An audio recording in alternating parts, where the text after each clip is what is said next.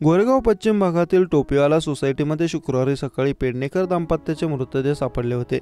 किशोर पेडणेकर वय वर्ष 56 आणि त्यांची पत्नी डॉक्टर राजश्री पेडणेकर वय वर्ष 54 यांची गळा आवळून हत्या केल्यानंतर इमारतीवरून उडी घेत आपलं जीवन संपवल्याचा पोलिसांचा प्राथमिक अंदाज होता।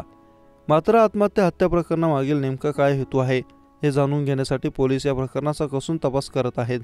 धक्कादायक म्हणजे आपल्या मृत्यूची माहिती समजल्यावर मुलाला मोठा धक्का बसेल, त्यामुळे त्याची गडबड उडू नये याची तजवीज आधीच किशोर पेडणेकर यांनी करून ठेवल्याचं समोर आलं आहे। आईवडिलांसोबत घडलेल्या घटनेची माहिती मिळाल्यानंतर पेडणेकर दाम्पत्याचा एकुलता एक मुलगा मुंबईत आला। आईवडिलांना अंत्यसंस्कार झाल्यानंतर पोलीस त्याचा जबाब नोंदवणार आहेत। किशोर पेडणेकर यांनी आत्महत्येपूर्वी आपल्या नातेवाईकाला मेसेज केला होता। त्यात दोघांच्या बँक खात्याचे तपशील आणि मुलाच्या नावे नॉमिनेशन असल्याचे नमूद होते।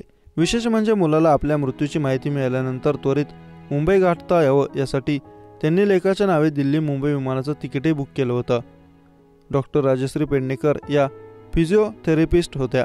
त्यांचे मालाड येथे क्लिनिक आहे, तर किशोर पेडणेकर हे व्यायामशाळांना साहित्य पुरवण्याचा बिझनेस करत होते।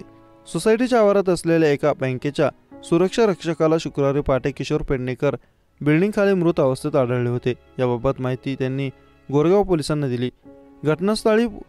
घटनास्थळी पोहोचल्यावर पंचनामा करत असताना पोलिसांनी किशोर यांच्या गळ्यातील चेनमध्ये चावी दिसली।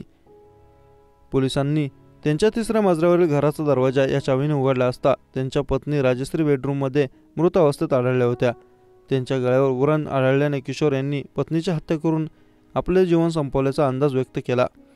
किशोर मागील काही दिवसांपासून मानसिक तणावात असल्याचं बोललं जाते, त्यामुळे त्यांनी आयुष्याचा अंत केल्याचा अंदाज आहे, परंतु मुलाच्या चौकशीत नेमकं कारण समोर येण्याची शक्यता आहे।